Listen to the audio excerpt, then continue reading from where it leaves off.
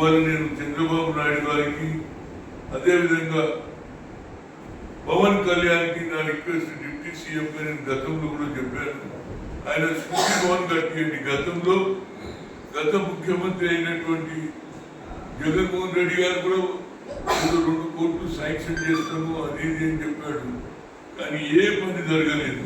ఇప్పుడు నా రిక్వెస్ట్ ముఖ్యమంత్రి చంద్రబాబు నాయుడు గారికి బడుగు బలహీన వర్గాల నుంచి వచ్చి ఈ స్థాయికి వచ్చినటువంటి వ్యక్తికి ఆ గ్రామంలో స్మృతి భవన్ కట్టియాలని, అదేవిధంగా పవన్ కళ్యాణ్ కూడా ఆ రోజులలో నేను ₹1 ఇస్తానని ఇంతవరకు అది జరగలేదు. కాబట్టి నేను మళ్ళీ లెటర్ రాసి వచ్చే సంవత్సరం ఆయన బర్త్డే లోపల అక్కడ పెద్దపాడు గ్రామంలో ఉన్నటువంటి ఏదైతే పుట్ట దగ్గర ఆయన తప్పనిసరిగా వచ్చే తరం వారికి తెలియాలి.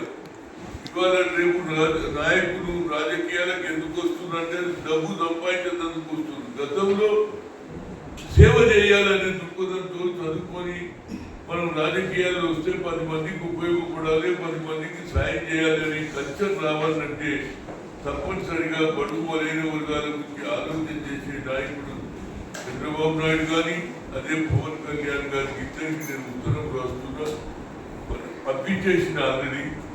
దయచేసి వచ్చే సంవత్సరంలో కూడా స్మృతి భవన్ కట్టించి వచ్చే సంవత్సరం, ఎందుకంటే అందరూ మాట్లాడుతున్నారు కానీ బడుగు బలైన వర్గాలలో అంత పెద్ద నేత ఒక్క పైసా సంపాదించని ప్రజల గురించి పనిచేశాడు. ఆల్ ఇండియా అధ్యక్షుడిగా చేశాడు.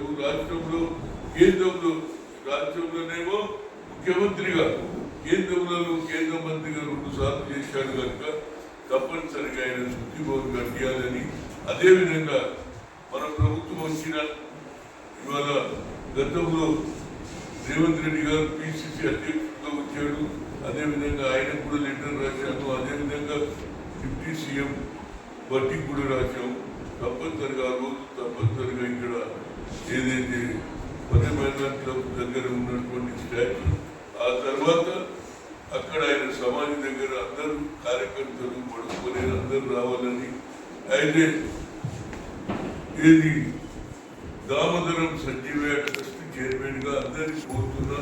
ఎందుకంటే ప్రతి ఒక్కరు కూడా తెలుసుకోవాలి మన గతంలో మన వాళ్ళు ఎలాంటి పని చేశారు, ఎలాంటి ప్రజల గురించి చేశారని తెలుసుకోవాలంటే తప్పనిసరిగా ప్రతి ఒక్కరు కూడా ఆయన ఆదర్శాలను వచ్చే తరం వారు కూడా ముందు తీసుకుపోయి డబ్బు ముఖ్యం కాదు, ప్రజల సేవ ముఖ్యమని ఆలోచన చేసిన దామోదరం సంజీవ గారికి జన్మదిన శుభాకాంక్షలు చెప్తా. అదేవిధంగా మిగతా వాళ్ళు కూడా వచ్చి ఆ రోజు పార్టిసిపేట్ చేస్తే వచ్చే తరం వారికి కూడా తెలియదు. ఎందుకంటే గతం సంగతి చాలా మంది తెలియక ఏదేదో మాట్లాడుతున్నారు కనుక గతంలో మన నాయకులు ఏ విధంగా ప్రజలకు సేవ చేశారు, ఇన్ని పదవులు అనుభవించి సొంత ఇల్లు లేనటువంటి వాడు కూడా ఉండడానికి చెప్పారు.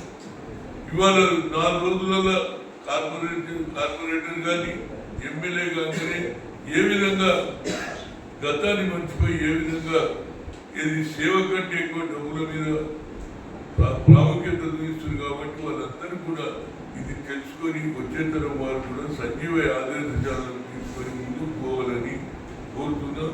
అదేవిధంగా మన కాంగ్రెస్ నాయకులే కాదు, సంజీవయ్య అభిమానులు అందరూ కూడా ఆ రోజు 9:30కి రావాలి ఇది ఆయన స్టాచ్యూ దగ్గరికి. ఆ తర్వాత ఇది దామోదరం సంజీవయ్య పార్క్ దగ్గరికి వచ్చి ఆయన జన్మదిన కార్యక్రమంలో పాల్గొని అందరూ ఆయనకు పూలు సమర్పించి ఆయన చేసినటువంటి ఘనత వచ్చే తరం వారికి తెలియడానికి ప్రతి ఒక్కరు ముందుకు రావాలని కోరుతున్నాను.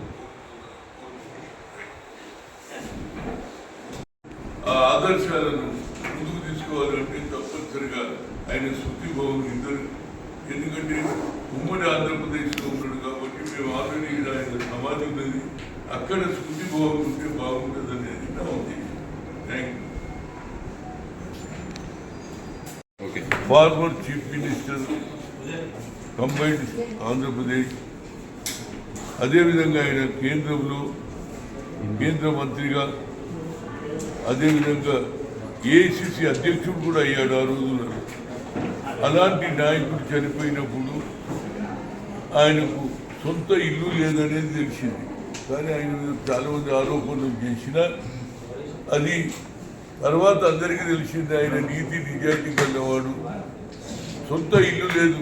ఇవాళ రేపు రాజకీయ నాయకులు రావడంతో ఏ విధంగా డబ్బు, అప్పుడు ప్రీవియస్ పెద్ద నాయకులు డబ్బు ముఖ్యత ఇవ్వకపోయింది, ప్రజల సేవ ముఖ్యం ఇచ్చేది. కాబట్టి ఆయన తప్పనిసరిగా ఆయన కర్నూలులో పెద్దపాడు గ్రామంలో ఆయన శుద్ధి భవన్ కట్టియాలని గతంలో కూడా నేను మన గత ప్రభుత్వం అన్నది, కానీ వాళ్ళు ఏది చేయలేదు. కానీ చంద్రబాబు నాయుడు గారికి ముఖ్యమంత్రిగా, అదేవిధంగా పవన్ కళ్యాణ్ గారు వచ్చే సంవత్సరం నాటికి తప్పనిసరిగా ఏది శుద్ధి భవన్ కట్టిస్తే వచ్చే తరం వారికి ఒక ఆలోచన కలుగుతారే, మనం కూడా నాయకులవి ప్రజలకు సేవ చేయాలి, చదువుకున్నటువంటి వ్యక్తి ప్రజలకు సేవ చేయాలని డబ్బు గురించి ఆలోచన చేయడం లేదు, సొంత ఇల్లు కూడా కట్టుకోలేదు. కాబట్టి అలాంటి ఆలోచన ప్రతి ఒక్కరికి సోదరులకు కలగాలన్నది నా ఉద్దేశం.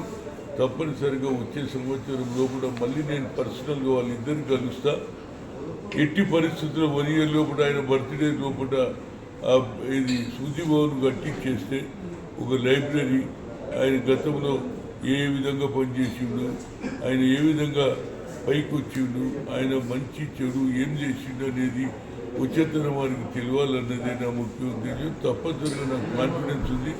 చంద్రబాబు నాయుడు గారు అదేవిధంగా పవన్ కళ్యాణ్ గారు తప్పనిసరిగా ఇది శుద్ధి భవన్ కట్టిస్తారని గతంలో కూడా మా ఏది రాహుల్ గాంధీ గారు కూడా వచ్చారు. అదేవిధంగా ఇక్కడ సమాధి అక్కడ ఊరికి వచ్చారు, అదేవిధంగా సమాధి దగ్గరికి వచ్చారు. రాహుల్ గాంధీ ఎంబడి ఎవరు కొప్పుల రాజు గారు వచ్చారు.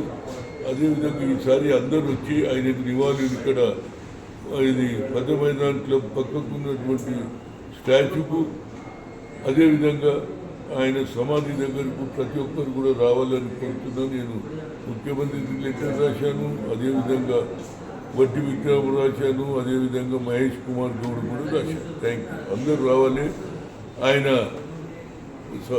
పుట్టినరోజుకు అందరు పూలమాలలు వేసి తప్పనిసరిగా ఆయన చేసినటువంటి అభివృద్ధి ప్రజలకు చెప్పాలని కోరుతున్నాను. రైట్.